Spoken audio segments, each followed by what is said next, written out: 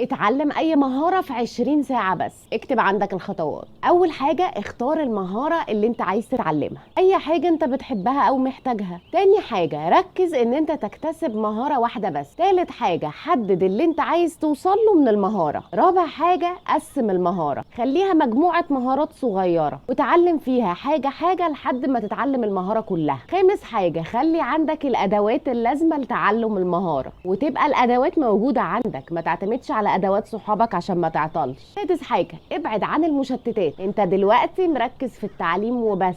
سابع حاجة، خصص وقت محدد للتعلم. قسم بقى ال20 ساعة زي ما انت عايز واعمل بيها جدول واحترم ميعاد. اخر حاجة، قيم نفسك، يعني لازم بعد كام ساعة دراسة تقف وتقيم تقدمك، تشوف انت اتعلمت ايه، تحس ان انت بتنجز وتكمل. ونصيحة، ابعد عن المثالية، تقبل ان انت شاطر وعلمت نفسك مهارة في 20 ساعة، والانسان بيتطور بقى مع الوقت والممارسة. ايه المهارة اللي نفسكم تتعلموها؟ قولوا لي في الكومنت. الكلام ده من كتاب اول 20 ساعة.